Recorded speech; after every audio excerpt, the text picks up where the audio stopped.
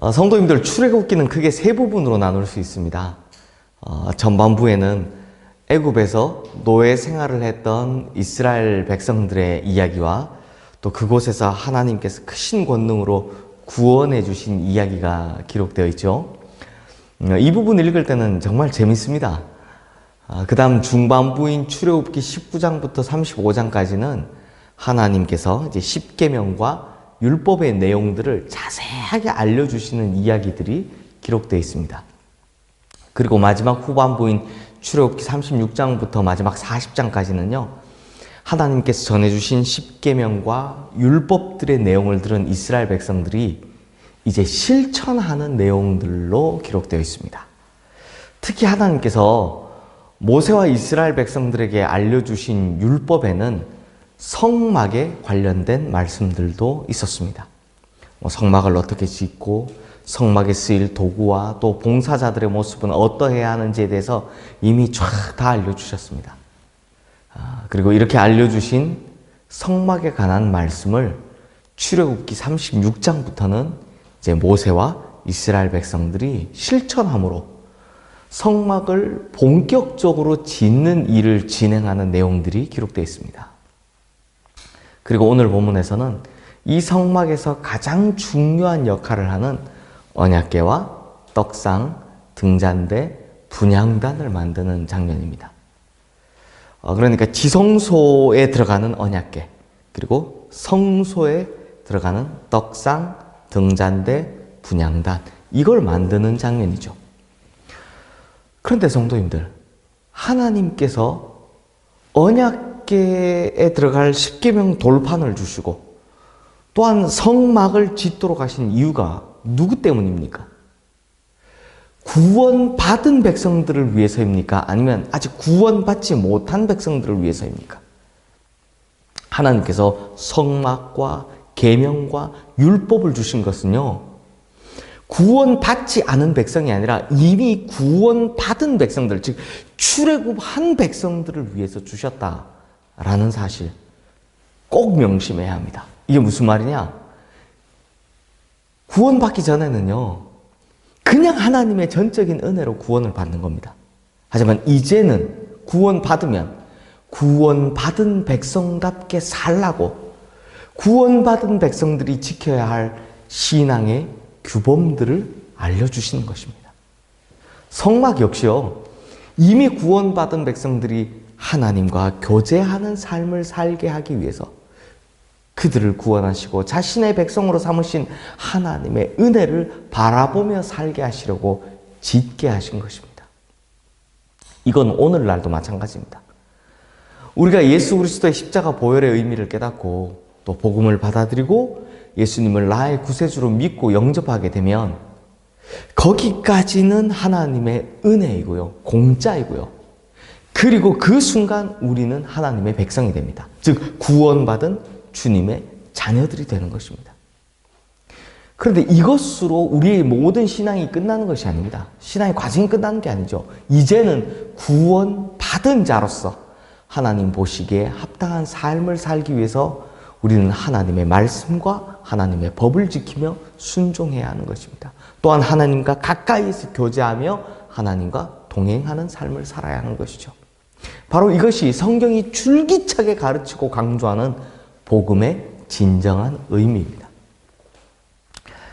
그런데 성도님들, 이렇게 하나님의 계명을 다 지키고 하나님과 항상 교제하는 삶이 과연 우리 힘만으로 가능할까요? 그렇지 않습니다.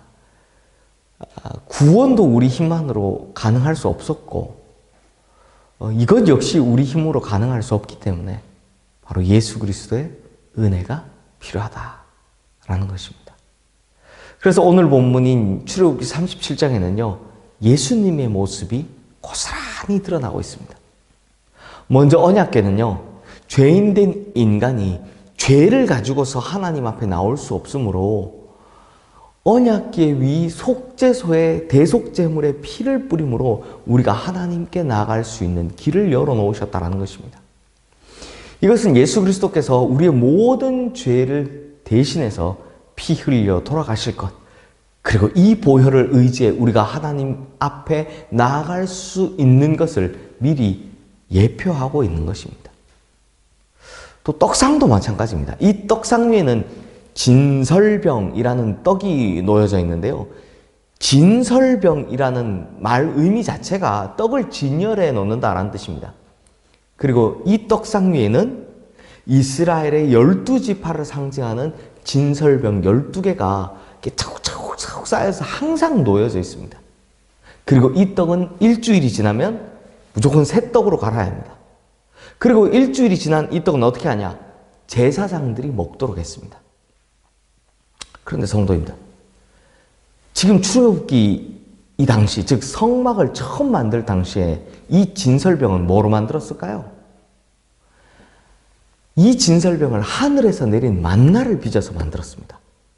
당연하죠. 당시에는 광야에 있었고 농사를 지을 수도 없었으니까 방법은 오로지 만나를 빚어서 만드는 것뿐이었습니다.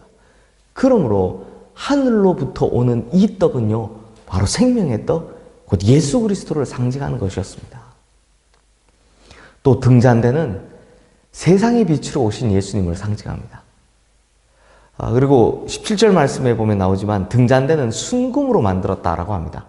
모두 7개의 줄기가 있어서 7금촛대라고 불리기도 하는 이 등잔대는 한 달란트의 금, 오늘날로 치면 약 한 40kg 정도 되는 이 큰 금덩어리를 두들겨서 만들어낸 촛대입니다. 여기서 중요한 것은요, 이 금을 녹여서 틀에 부어서 만들거나 촛대 줄기를 따로따로 만들어서 이걸 용접하듯이 붙여서 만든 것이 아니라는 겁니다. 한 덩어리의 금을 놔두고요, 일일이 다 두들겨서 그 금덩어리를 늘려서 만들었다라는 겁니다. 그러므로 금 한 덩이로부터 모든 것이 이 7가지가 다 이어져 나왔다는 것이죠. 즉, 이 등잔대는요, 하나님과 성도의 연합을 의미하고 또 성도와 성도의 하나됨의 중요성을 의미하는 것입니다. 마치 예수 그리스도의 십자가 세로 기둥이 하나님과 성도의 연합을 의미하고 또 예수 그리스도 십자가 가로 기둥이 성도와 성도의 하나됨을 의미하는 것과 같죠. 마지막으로 분향단에 대해서 살펴보면요, 분향단은 지난번에도 보았듯이 이 성도의 기도를 상징하고 본질적으로는 성도의 기도가 하나님 앞에 연락되는 것을 말합니다. 그런데 성도님들, 우리의 기도가 하나님께 연락되기 위해서 기도의 마지막마다 뭐라고 붙입니까? 우리 기도 끝날 때 뭐라고 합니까? 예수님의 이름으로 기도드립니다 라고 하죠.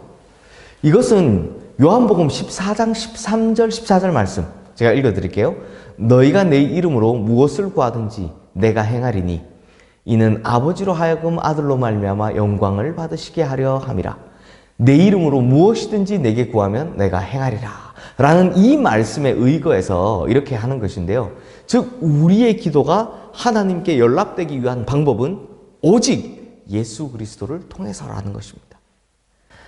사랑하는 성도님들, 그러므로 우리가 예수 그리스도 없으면 하나님 앞에 나아갈 수도 없고 예수 그리스도가 없으면 하나님의 모든 계명을 지켜낼 수도 없고 예수 그리스도가 없다면 잘못한 것을 용서받을 수 없을 뿐더러 예수 그리스도가 없다면 모든 기도마저도 하나님께 상달될 수 없다는 것입니다.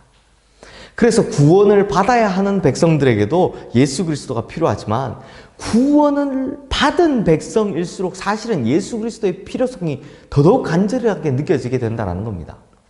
그러므로 예수 그리스도를 잘 믿어서 하나님과의 관계를 아름답게 맺어가고 하나님과의 백성답게 살아가서 하나님 앞에 나아가기에 부끄러움 없는 삶, 그래서 우리 성도님들 자체가 성막을 이루는 삶이 되시기를 주님의 이름으로 축원합니다. 기도하겠습니다. 하나님 아버지, 우리가 구원을 받아야 할 때 그때 참 예수 그리스도의 보혈의 은혜가 필요했다라는 것을 우리가 잘 알고 있습니다. 그런데 사실은 구원을 받고 나니 예수 그리스도의 은혜가 더더욱 필요하다는 것을 오늘 절실하게 깨닫습니다. 그러므로 우리가 예수 그리스도를 힘입어 하나님의 계명을 지키고 하나님과의 관계를 아름답게 맺어가고 또 하나님과 함께 동행하며 살아가는 삶을 살아가게 하여 주시옵소서. 성막의 인생처럼 늘 하나님 앞에 나가기에 부족함이 없는 인생 되게 하여 주시옵소서. 예수 그리스도의 은혜가 간절히 필요합니다. 주님, 우리에게 찾아오셔서 더 큰 은혜 그리고 끊이지 않는 은혜를 부어 주시옵소서. 예수 그리스도 이름으로 기도드리옵나이다.